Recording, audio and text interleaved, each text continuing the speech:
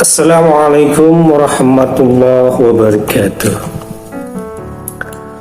Alhamdulillah, pada kesempatan ini kita melanjutkan pembahasan tentang ikhlas dengan temanya yaitu sombong. Sombong adalah mengagungkan dan memuliakan diri serta menganggap rendah orang lain. Perasaan ini timbul karena beberapa faktor, terutama ujub. Sombong kadang disebut ujub karena memang disebabkan olehnya. Orang merasa sombong karena tidak menyadari tingginya kekuasaan Allah.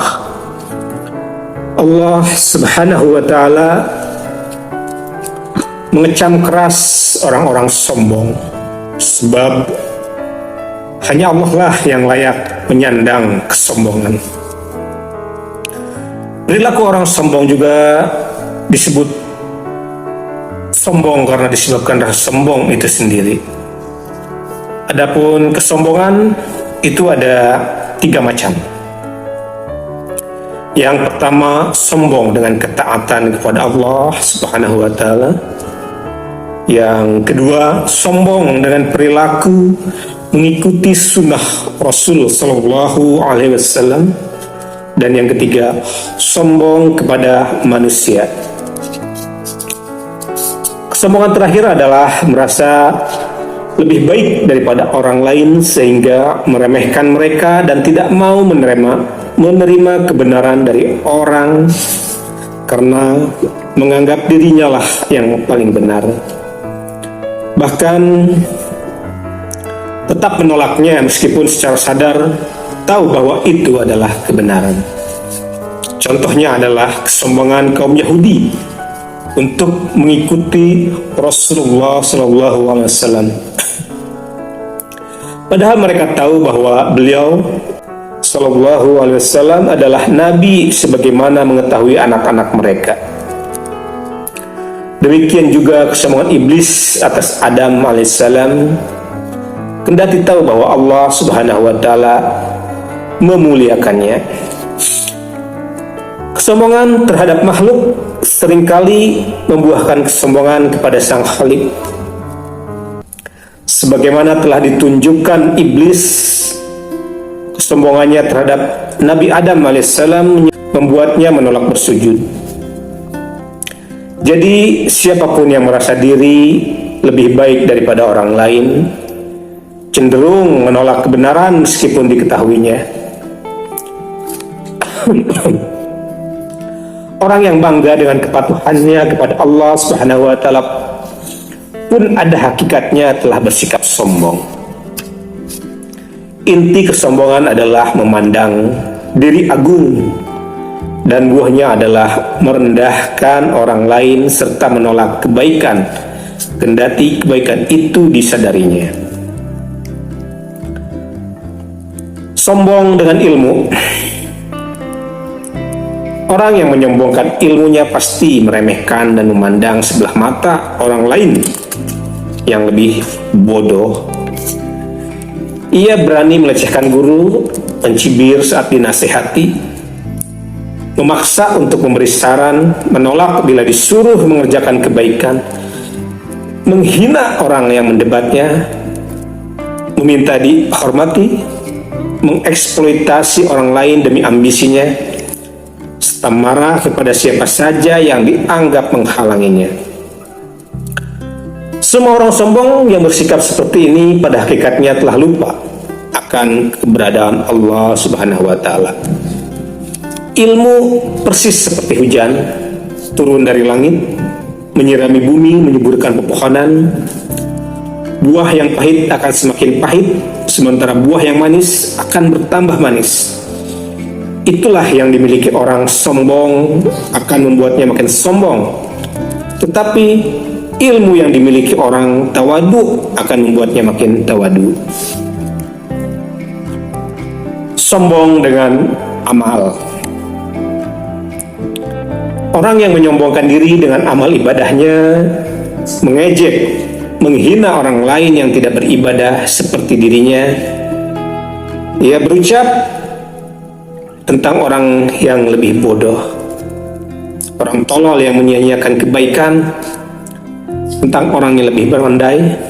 Dan ia berkomentar, alasan Allah untuk menyiksanya lebih kuat daripada alasannya untuk menyiksaku. Ia memandang rendah orang lain. Ia menunggu untuk diberi salam dan tidak mau mengucapkan salam lebih dahulu.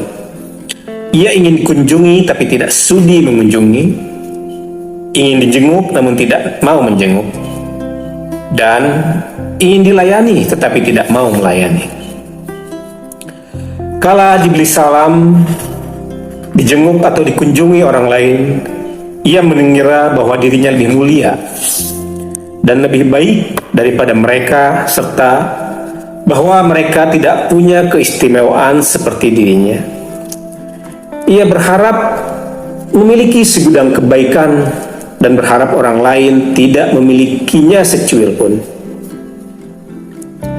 Ia menakut-nakuti orang lain dengan azab Allah Subhanahu wa ta'ala, serta yakin bahwa dirinya tidak akan diazab.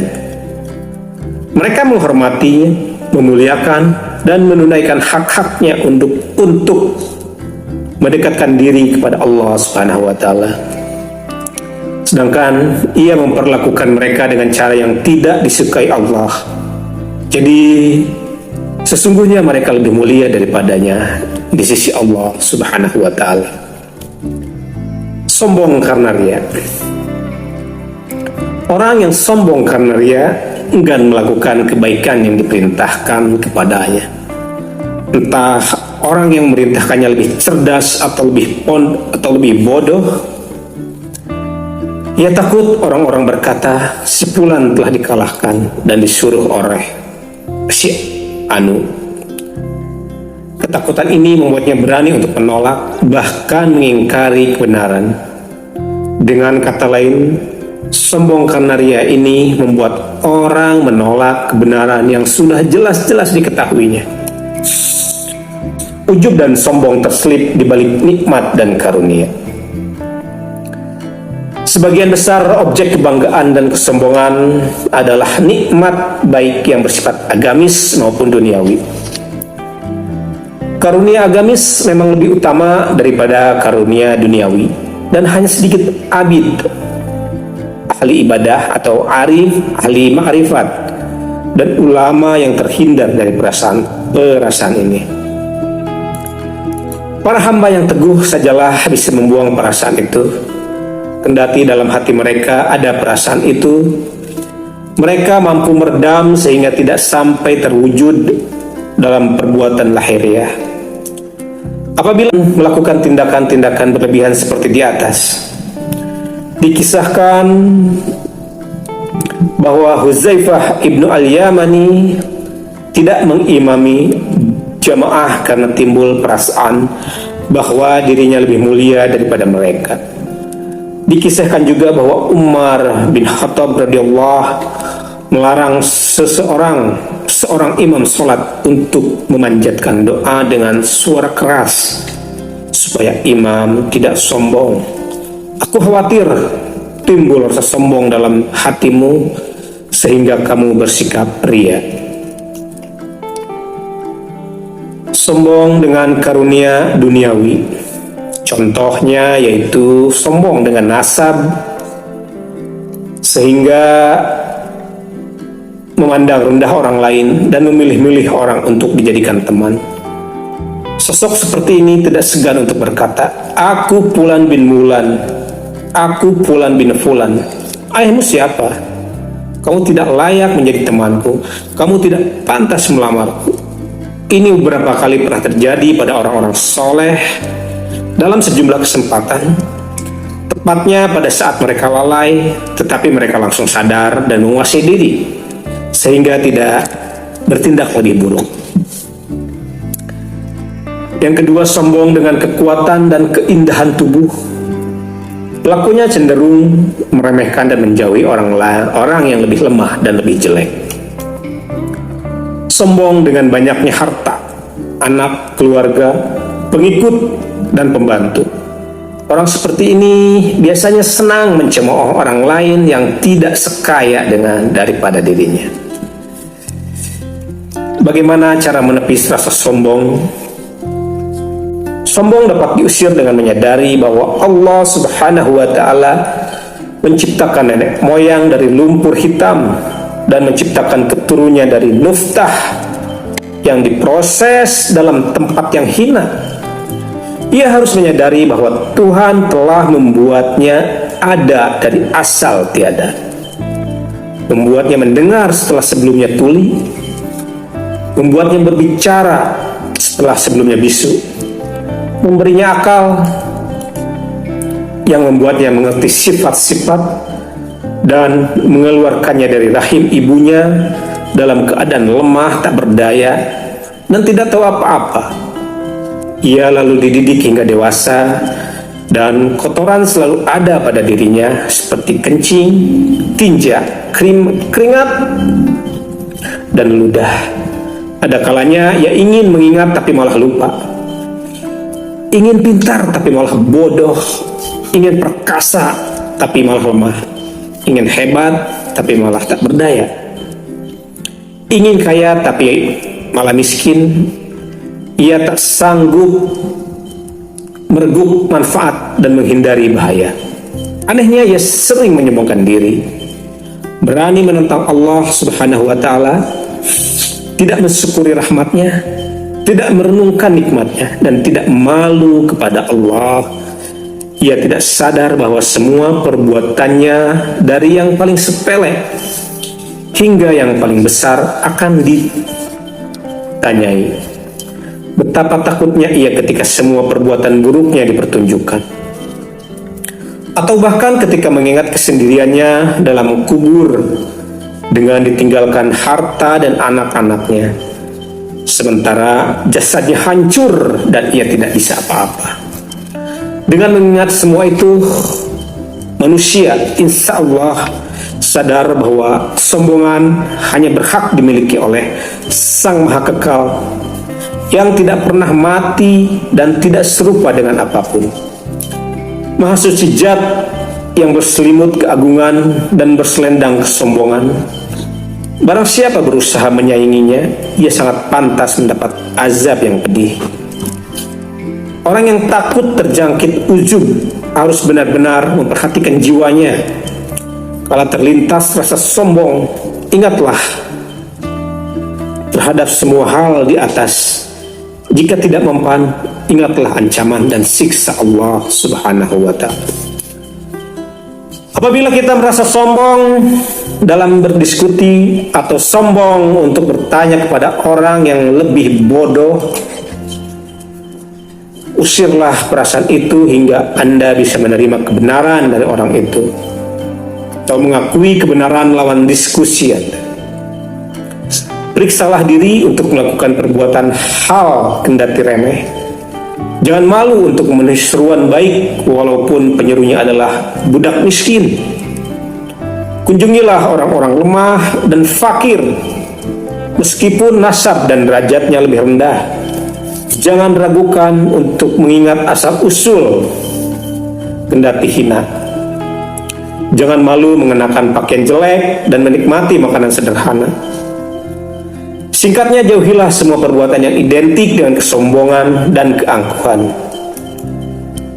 Kalau ragu apakah kita tawadu atau tidak, ujilah batin kita dengan melakukan semua aktivitas di atas. Kalau enggan dan merasa tidak pantas, kita sombong tapi merasa tawadu.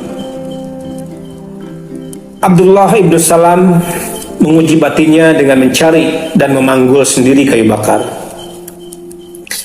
Kesombongan amat potensial membuat seseorang berpura-pura dengan ilmu yang tidak dimiliki dan ibadah yang tak dilakukan, mengaku-ngaku keturunan terhormat atau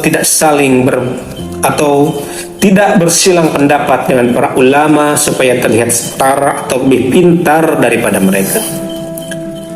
Semua ini dilakukan karena khawatir derajatnya turun di mata orang lain. Kadang khawatir nafsu mencegahnya untuk bertanya karena malu. Inilah rasa sombong yang berusaha diubah menjadi rasa malu. Ini bisa dihilangkan dengan kiat-kiat di atas. Demikian untuk pembahasan kali ini. Terima kasih. Wassalamualaikum warahmatullahi wabarakatuh.